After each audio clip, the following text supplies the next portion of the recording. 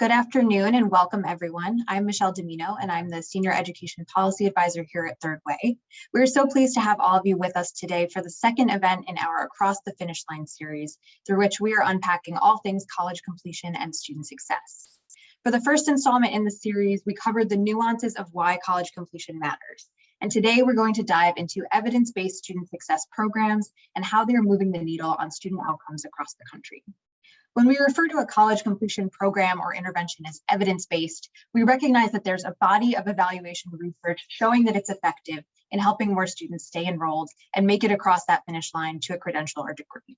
And we know that many of the gold standard evidence-based completion programs share some key strategies that contribute to their effectiveness, including taking a comprehensive approach to addressing students' academic, financial, and personal needs. But what does this look like on the ground, and what can we learn from their example? Today's panelists bring a wealth of experience in implementing highly successful programs, and we're looking forward to learning about what they do, how they do it, and how these initiatives can be scaled. A few quick housekeeping items before I hand the virtual microphone over to our moderator to introduce our panelists and get the conversation going. Our program today will run 45 minutes with the final 10 minutes reserved for your questions. As questions come up for you throughout the conversation, please feel free to submit them using the Q&A button at the bottom of your screen, and we'll get to as many as we can at the end of the program. I also want to note that this conversation is on the record and is being recorded, and we will post the link on Third Way's website for you to refer back to or share with colleagues after the event. Lastly, our team will be dropping links to relevant resources in the chat throughout the discussion, and we'll also share instructions there for how to save the chat to reference later on. Thank you all again for joining us, and a special thank you to our moderator for today's session, Rebecca Kelliher. Rebecca is a staff writer covering higher education policy and university leadership and governance for diverse issues in higher education. We're grateful to have her here with us to lead this conversation today. So without further ado, I'll turn things over to you, Rebecca. Thank you so much, Michelle, and thank you everybody for joining us today. I'm so excited to be introducing our wonderful speakers. So we have Ellen Murray, who's the director of the Promise Scholars Program at Skyline College, Jennifer Forster, who's the Ascend director at WVU Parkersburg, Malika Clinkscales, the associate vice president of partner success at InsideTrack, Dr. Mary Murphy, professor of psychological and brain services at Indiana University, as well as the principal investigator of the Student Experience Project, and Dr. Dara Byrne, who's the associate provost for undergraduate retention and dean of undergraduate studies at John Jay College of Criminal Justice. So I thought to start our conversation together, I'd really like to invite each of you to speak briefly about your specific program and the student populations that you serve. So if somebody would like to jump right in, please do. Otherwise, I'm happy to call on someone. Perhaps we'll start with Ellen Murray, if that's all right. Yeah, absolutely. So the Promise Scholars Program at Skyline College is a comprehensive completion program. And we offer academic support in the form of priority registration, tutoring, blocked coursework, counseling support with very intensive tiered-based counseling with small caseload ratios of 1 to 130 students, counselor to student ratio, and then financial support in the form of monthly transportation incentives, book vouchers, and fee waivers for up to 3 years. The program is intended for students who are seeking a degree or certificate at Skyline College and can commit to full-time study. The program itself is based off of the City University of New York's CUNY's ASAP model, Accelerated Studies and Associate Programs, which is a highly evaluated program that's been around for a little over a decade, serves tens of thousands of students in the CUNY system and has been successfully replicated over in Ohio. I think there is also some replication happening in Tennessee as well. And Skyline College was the first community college in the state of California to attempt replication of the ASAP model. We began with a small pilot one-year program in fall 2016. And in working with the CUNY ASAP technical assistance team, we're able to launch the ASAP replication at Skyline College in fall 2018 with 500 students. Since then, we have scaled up to serve 750 students in our program at Skyline, and the rest of our district has also established the Promise Scholars Program ASAP model in our two sister colleges at Kenyatta College and CSM, College of San Mateo. And so district-wide, we serve about 2,500 students currently, and over the next 3 years, we'll be scaling up to serve 5,000 students. And then in terms of like demographics, the vast majority of our students are coming from lower income households. So a little over 80% are eligible for need-based financial aid. The majority are also first generation college students. And then our populations really mirror our community. So we serve a larger population of Latino students, as well as Filipino students. Thanks. Thank you so much. Jennifer, I'm gonna punt this question over to you. So thank you. We're also replicating the CUNY ASAP model at West Virginia, University of Parkersburg. We started our pilot year last fall. We're into our actual randomized controlled trial this fall, which is a study to determine if there's enough impact to expand it statewide. And so I would say that the difference between Skyline and WVUP Ascend, and there's a Blue Ridge Community and Technical College is also an Ascend program, but we are much smaller in scope. We are also most of our students have financial need as well. And I would say most of our students are first generation students also. We had to adapt the CUNY ASAP program to a very rural environment. And then we also have our funders asked us to study and select programs that supported our workforce development. So they chose particular degrees that would, I guess, help complete more students in career fields that are needed in the area. So I would say it's very, very similar to what I'm hearing from Ellen. We've got the comprehensive advising, we've got the incentive cards for completing those contacts, the connecting with career services. We also ask them to go to tutoring frequently and incentivize that. And we all know those things help student success. Wonderful, thank you so much. Malika, would you be able to share a little bit more about your work? Sure. Happy to represent InsideTrack. InsideTrack is the educational and coaching and consulting company. So we do our work through meeting with students, providing that coaching support.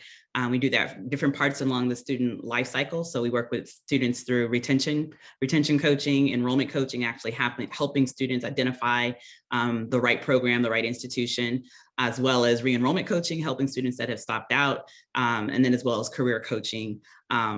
All of those different types of coaching centered on our coaching methodology. In addition to that, we also provide what we consider capacity building, which is our training and development work, which actually helps institutions build out their own coaching programs. Some schools that looks like advising, and so there's a lens that we take coaching and apply it over an advising role. Other schools that looks like coaching directly. And I would say from our, the type of student, because we use coaching to connect with individuals, we work with lots of students, different types of students. I mean, we have a renewed interest and we've doubled down on trying to reach underrepresented populations, as well as first gen low income students. But the modality works with, the methodology works with every student because it's really very personal about understanding the student and their journey and providing them with the support that they need to move forward to reach their educational and career goals. So we have most of our partners, not all of them, but most of our partners are institutions. Some are 2-year, 4-year, publics, privates, community college, technical college, HBCUs, you name it, adult and professional campuses. It's a nice mix. And then we have some partnerships that are with foundations and employers networks that are trying to make the bridge the gap between education and career. And so there's some career workforce coaching that we're doing as well. Terrific, thank you. Dr. Murphy, would you be able to speak a little bit more about the student experience project? Sure. I want to thank everyone for hosting this, Third Way in particular. The Student Experience Project is really a research practice partnership that came about from originally a collaboration between several different learning partner groups, and that included APLU and USU. We actually had an RFP process, and we had 6 universities that we chose to work with over the course of 3 years. And, you know, rather than take a direct to student kind of focus like many psychological interventions do. I'm trained as a social psychologist, and I do work in equity and education. We instead worked on institutional transformation by targeting the culture that surrounded students and by working with faculty who are basically the culture creators in these college classrooms. And so, you know, many times we talk about how college is not made for structurally disadvantaged students, whether that be transfer students, first-gen students, students of color, you know, highly financially stressed students. And so we thought, you know, programs are really important to give students, you know, what they need in order to navigate these contexts that aren't created for them. But the Student Experience Project took a different tack by trying to actually change the environment, by changing the learning environment in particular, by working with faculty. And so we had over 300 faculty across 3 years at 6 campuses, U.S. Urban Serving University affiliated campuses. And those faculty sort of learned about the student experience. What are the psychological experiences, sense of belonging, perceiving the context to really believe in their potential and ability, trust and fairness. We had 5 different dimensions. And so faculty learned about this. Then we measured student experience in those own faculty members' classes. Faculty got a report based on looking at kind of group-based disparities in their classroom. So say men and women are having very different feelings of belonging in your intro calculus class and that sort of thing. And then they got a practice library that we created that has these evidence-based practices, high impact practices, and faculty kind of learned how to, through workshops and other engagements, learned how to engage in those practices. And then we measured student experience over time as faculty continued to work on their practice and to change the culture of their classroom. And ultimately what we found was that students in the classes of faculty who have participated in the Student Experience Project had better experiences in the moment in class. They were much more likely to earn an A and B at the end of the term, meaning that they could continue on STEM pathways over time in their college career. They were less likely to earn DF or to withdraw from the course, so DF and Ws. And this was especially true for students from racial ethnic backgrounds, as well as women in STEM, financially stressed students, transfer students, and first-gen students. And our biggest student gains were for Black, Native, and Latina women in these STEM classes.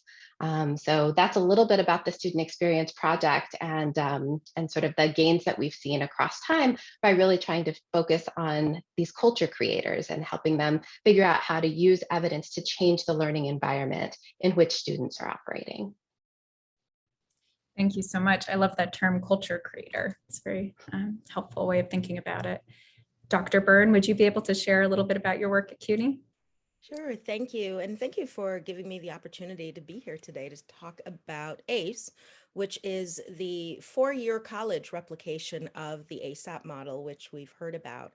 And ACE draws on a lot of the components that each of the previous speakers has described. So I'm just going to add a little to the conversation that might not have been mentioned already, so that you can kind of see how ACE builds on ASAP and incorporates coaching, as well as sort of interfaces with faculty to think more deeply about the culture of our students, and sort of creating a context where the student experience is better integrated into the classroom, because at John Jay, The majority of the students that we serve are coming from lowest economic brackets in New York City, and many are first in their families to go to college. And our institution has long been on this journey to really understand who we serve and to think about a student-centered experience inside the classroom, outside the classroom, and beyond. And so the ACE opportunity really is a great reflection of what our institution is focused on. And so ACE, which stands for Accelerate, Complete, and Engage, is really focused on helping students, particularly from the lowest economic brackets at our college, earn a degree in 4 years. And as I'm sure all of you know from the research, this group is least likely to finish in 4 years. So it was a very exciting experiment to witness, and I was in this role from the beginning, so I got to see how it unfolded. And so making use of the same kinds of features of ASAP, comprehensive advisement, career development, academic support over the course of 4 years. But ACE is really just a network, or if you think of it as an ecosystem of resources that includes advisement, career specialists, but specifically the financial and academic supports that often present as barriers for the students that we serve. And what we find is that with early engagement and using a cohort model, you really can make the difference, particularly in that first semester, to show the students that we serve that they belong at college and that there is a clear, defined pathway toward completion. So for example, to reduce some of the financial barriers, which are pretty high in New York City, each ACE student receives a Metro card, which is about $120 a month, that supports their transportation. Now, John Jay is located in Midtown Manhattan, and some of our students travel for more than 2 hours each way in order to get to campus. So being able to have a Metro card, something that they don't need to work to get, makes a huge difference in terms of making being on campus anytime you want an achievable goal. ACE also provides textbook and supply vouchers, as well as scholarships for winter and summer courses and tuition assistance during the fall and spring semesters. One of the things that I think has been really exciting in the program is the incorporation of career development, particularly in the form of courses that bring mentors into the classroom and introduces experiential learning and paid opportunities for internships and things of that nature. What we've seen is that with the 4-year graduation benchmarks in our first cohort, nearly 60% of the students in ACE earned their degrees in 4 years. Now that at the time was almost double the college rate. And so we consider that an incredible success for the first cohort. The 2017 cohort has achieved even higher outcomes. And so if I would just point to anything, I'd say that the availability of resources for free winter and summer classes to help students catch up on their courses has been a lifeline for so many students, particularly during the pandemic, in addition to the regular advising. So an ACE students must come in for advisement once a month. If they are presenting as being in experiencing some kind of challenges, they may come in more. So financial barriers and engaging the students in a community, this ecosystem of support. Terrific, thank you so much. And just on that note about resources and support, the next question I want to ask you, all of you, is what are some resources that you extend to your students that specifically support their mental health and well-being? And related to that, have you seen an uptick in demand for these resources in light of the pandemic? So anyone, again, is welcome to chime in, otherwise happy to call on someone. So the ACE advisors are not professional counselors, so the program doesn't do counseling for mental health.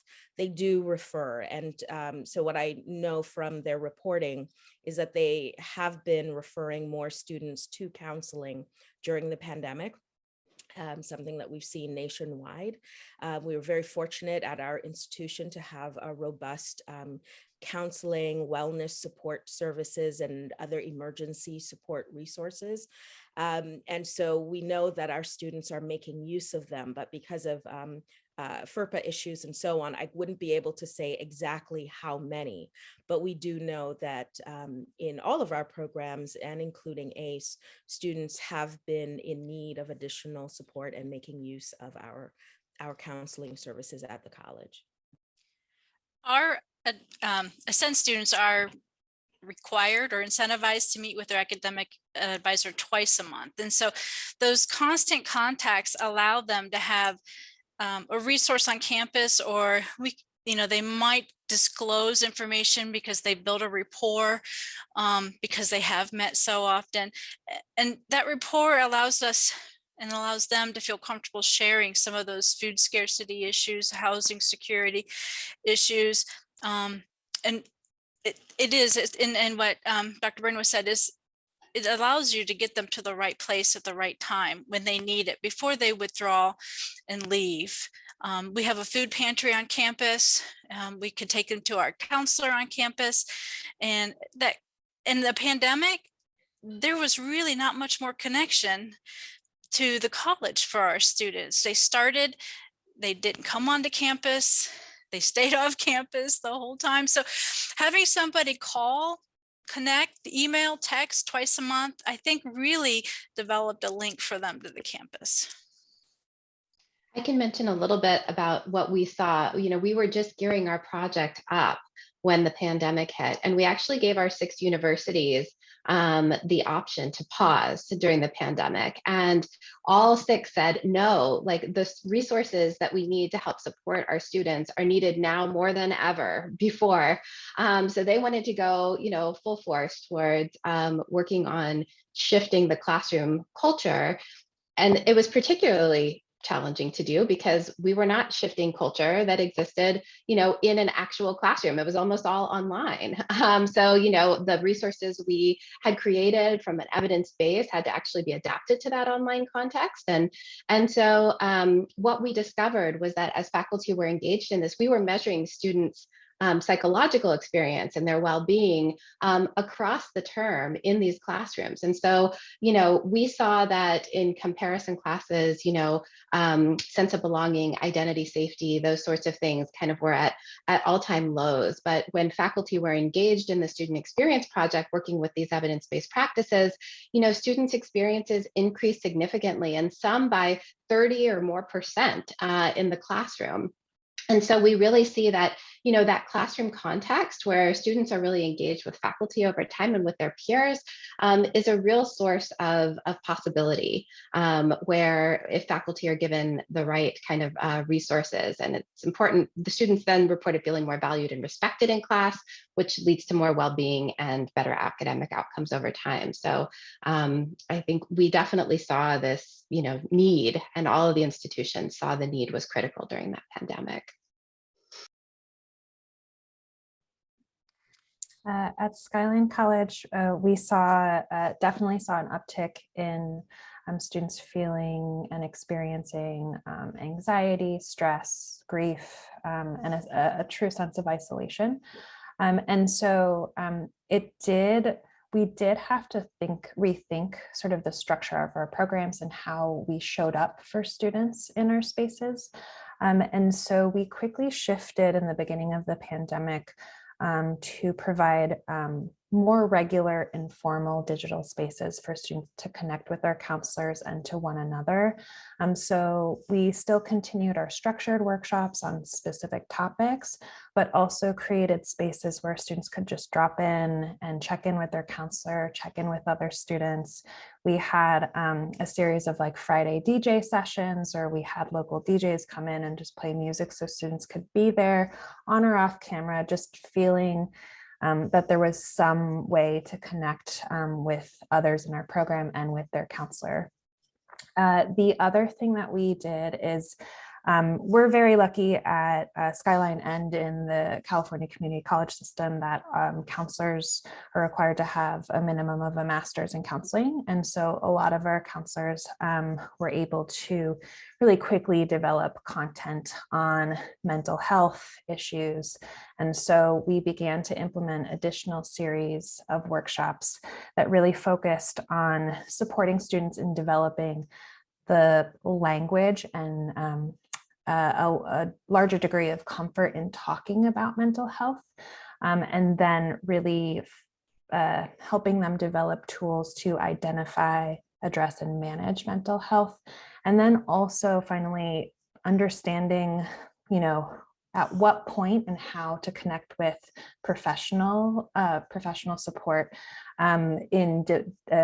in managing their mental health. And of course, we have a personal counseling department with licensed professionals that we do referrals to as well. So those are some of the ways that we try to address that uptick in mental health issues that we saw during the pandemic.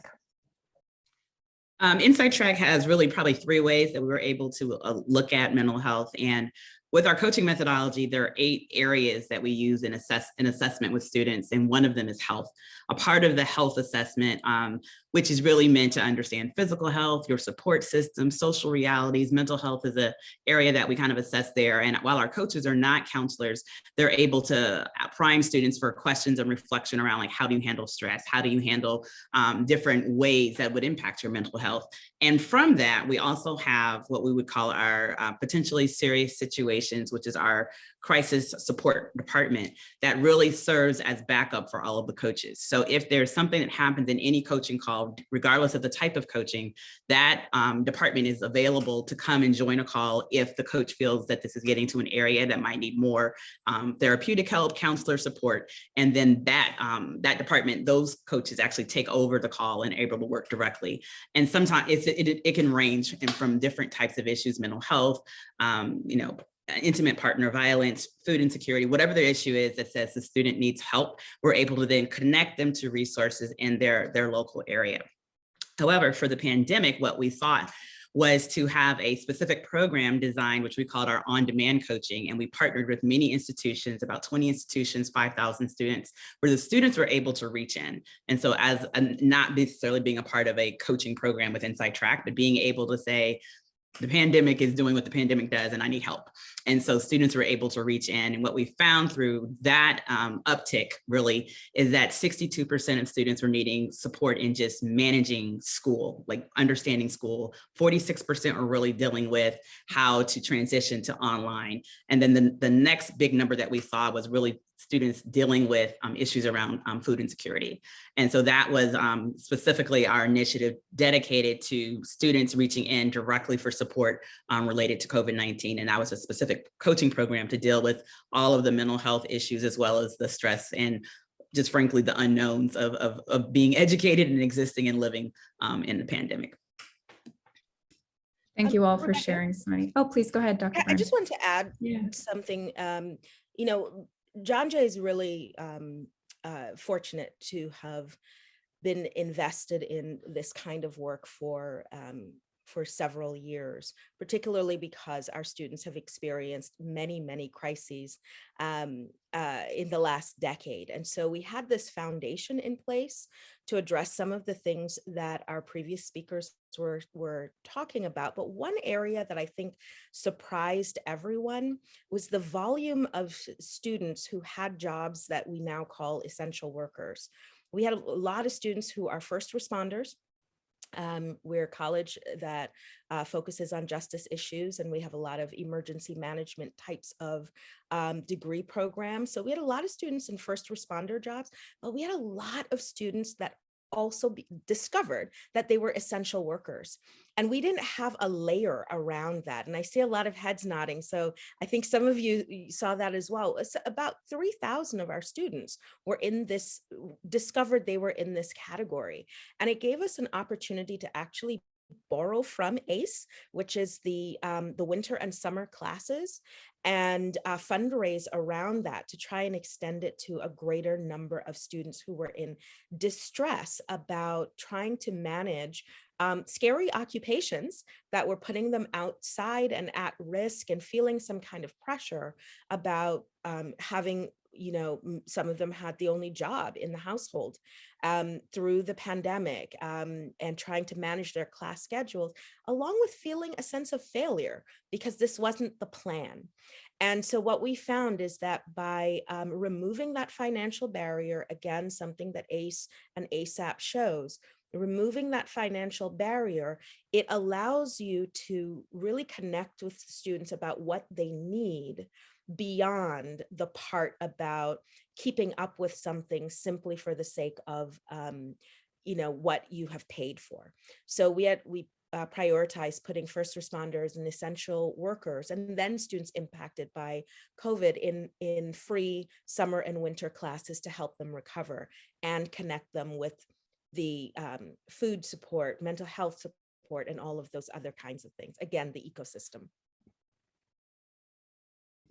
Thank you all so much. This has been already so informative. And we're going to be asking the audience in a little bit to ask questions as well.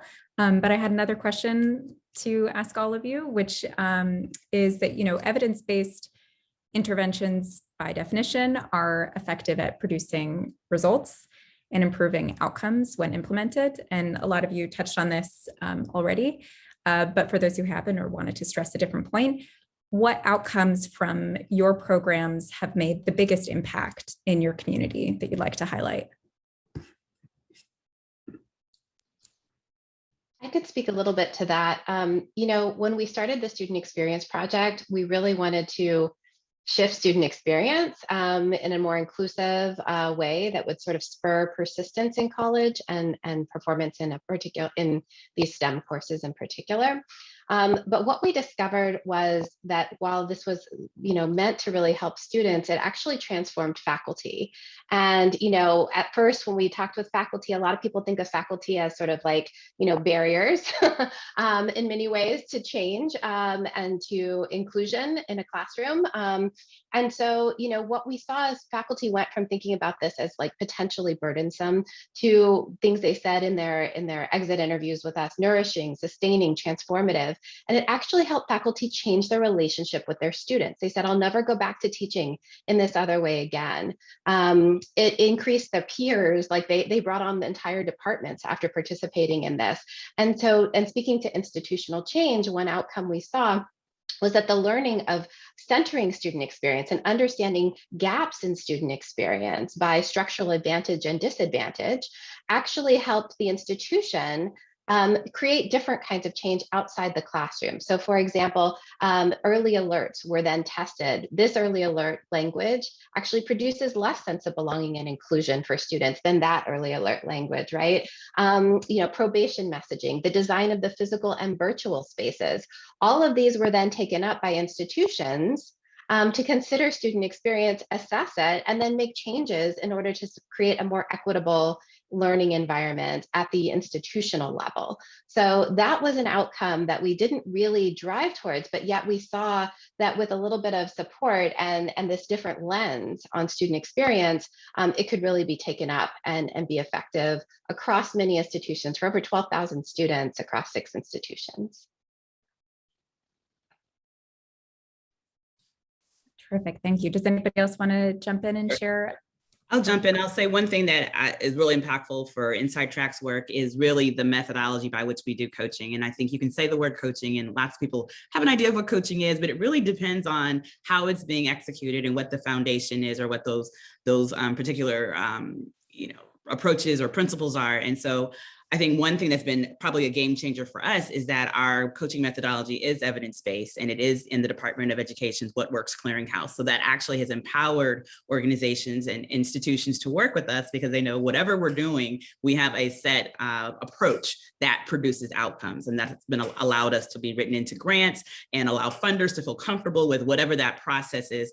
one being student-centered, but the coaching conversations being very action-oriented, not just supportive student success, you can do it type conversations, but things that students walk away with next steps that then impact retention rates, completion rates, enrollment rates, which has allowed us to have more, I would say, more impact in the community, in different communities, but ultimately to help institutions also with their initial return on investment and seeing those rates go up, those completion and graduation rates rise. So I think having an approach that has been tested, vetted, verified, researched is critical and has been really substantial in terms of us being able to have a replicable and scalable approach to working with many students over the 20 years and 2.6 million students that we've worked with.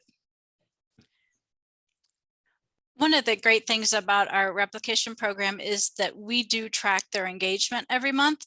And because they're required to engage twice with us and with our tutoring center, those students that aren't meeting those metrics are probably demonstrating that they're less engaged. And that's at the point in time that gives us data that says this person needs to have somebody reach out. And so you can intervene at that point. And early outcomes suggest that our students drop fewer classes, earn more credits, and have a higher GPA. And all of those things lead to graduating on time, completing and graduating on time, which is part of our goal. Thank you so much. Oh, please go ahead. Oh, sorry. Yeah, at Skyline College, we have seen very similar results to CUNY ASAP's results. So we have doubled the graduation rate at the 2-year and 3-year mark for participating students and compared to their counterparts at the college. And that's seen across our sister colleges too. We've also seen, of course, increased retention, increased unit accumulation, certificate achievement, as well as transfer GE breadth completion and successful transfer to the 4-year systems. I think what is really important to note is like these numbers are amazing, but it's also impacting this, not only the student, but the student's families. So we are now at a point where we're seeing brothers and sisters and cousins come through into the program because that, eldest student came through our program and were successfully able to open up a door and many doors that may not have been available to them if they hadn't been able to come to college. So that has a really exponential impact in our surrounding community in terms of opening opportunities for students. I think the outcomes for John Jay ACE help to demonstrate what happens when you put the resources in the places that students are likely to experience the greatest financial barriers. Because our students are coming from the lowest economic bracket, providing the specific resources around tuition and in terms of their having access to dedicated advisors, making sure that those people are there, you get to really see in our outcomes, for example, 59.9% graduation rate versus 41%. You really get to see how quickly you can remove something that is standing in the way of students' long-term success. The program launched in 2015, and we've had several cohorts, and each time the graduation rate keeps increasing. And so across all racial subgroups as well. So if schools are focused on equity, and they're thinking about ensuring that students of all economic backgrounds, and particularly those who have the greatest structural barrier, can achieve a degree in 4 years, can persist into their careers and get out there and start earning earlier and disrupting generational poverty and those kinds of things. ACE is really a great model for that at the 4-year level. It doesn't require a lot, but it does require focusing on the reality of what poverty means, what these financial barriers really means. And I'm proud of what this program has done as a demonstration that it is actually achievable and with dramatic outcomes in a short period of time. Very inspiring to hear all of your stories. So thank you so much. And I just want to reiterate what's in the chat, that our audience is welcome to ask any questions of the panelists. Please do submit them with the Q&A function at the bottom of your screen. In the meantime, I do have another question for all of you, which is, when you're thinking about policymakers who are designing ways to better support completion rates, persistence rates, and also institutional leaders who might be trying to start from the ground up a student success program. And I think Dr. Byrne, you were just speaking about this. What would be one lesson learned either to the policymakers or the institutional leaders, or perhaps to both, that you think would be important to share? I'll start. So, you know, I'm a dean. I'm used to asking for a lot. I want a lot. I want a lot to happen, and I want it to happen quickly. But that's actually the wrong approach. I think you said it best, Rebecca, when you said from the ground up. So one of the places to start is, what is the experience from the ground up? It's very different for me asking for things, creating policies, than it is for the people who are implementing and the people who have to follow them.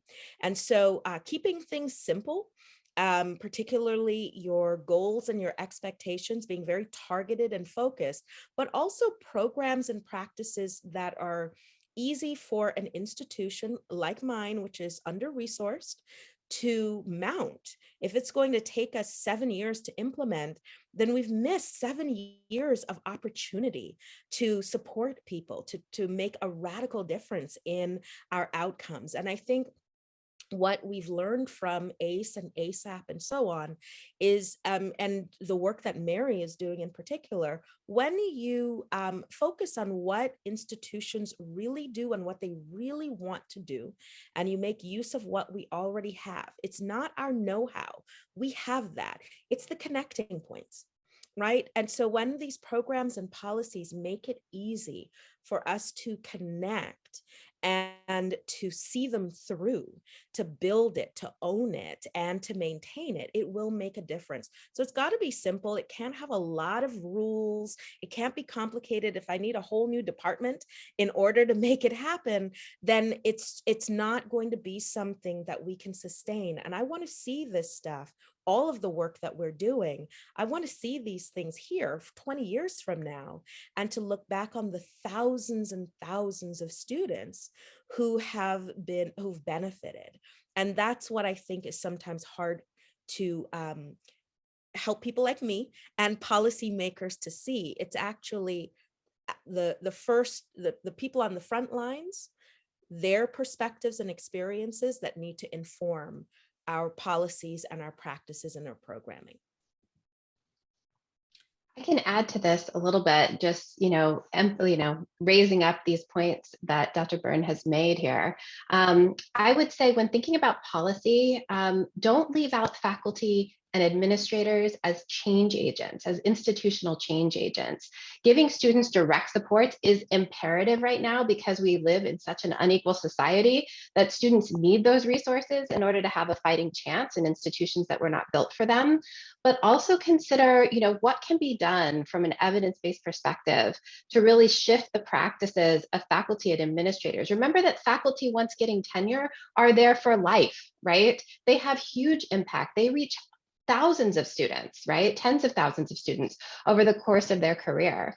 And so if you can help change those practices to be more inclusive and supportive of students, so that they actually, can be successful in these environments and can persist over time, you've done a lot with, people who are part of the institution over time, right? Students, come through universities and colleges, in 4, 6, 8 years time, but faculty will stay there for 10, 20 years, over their careers. And so really thinking about how to change these institutional environments from a structural and institutional standpoint, I think, is really important. And the Student Experience Project shows that it's possible to do that at least in these 6 universities that we worked with, and in particular in STEM, which is thought of oftentimes as one of the most difficult contexts to change, because STEM faculty tend to be thought of and stereotyped as more difficult to shift. So showing that this kind of thing is possible, I would say policy should focus on these agents of change, as well as the student supports that are essential and that all of these programs are providing. I want to just give a quick shout out to, before we pivot to those questions, is the perspective of the student. And I'm echoing what the other 2 speakers have said. But one of the proudest aspects of our work is what we call a journey mapping assessment. And it really says, what is the journey of the student from the institution's perspective through all of these procedural and policy things that we do that usually benefit the school, but not necessarily are the most engaging and beneficial for the student. And so I would say, following those evidence-based programming and methodologies, but then reassessing what is the student going through to go from department to department, and how many forms and how many meetings and how many checklists, how much of that work is redundant that actually doesn't make it beneficial or engaging for the student to be at your institution. Start there and collaborate on how to revamp, revise those procedures so that the student has a more imagined, more fluid journey through their educational journey at the school. Well, in the interest of time, I do have to wrap up our session. I wish we had another hour or 2 to keep talking, because I at least have been learning a lot. And I thank you all for giving all of us so much food for thought and sharing your time. And thank you to Third Way as well for hosting this event. And for those who haven't had their questions answered in the chat, I encourage you to please follow up with the panelists if you have specific questions for them after this event, or with Third Way or with myself. So thank all of you for sharing your insights, and thank you to those who joined us today. Thank you. Thank you so much.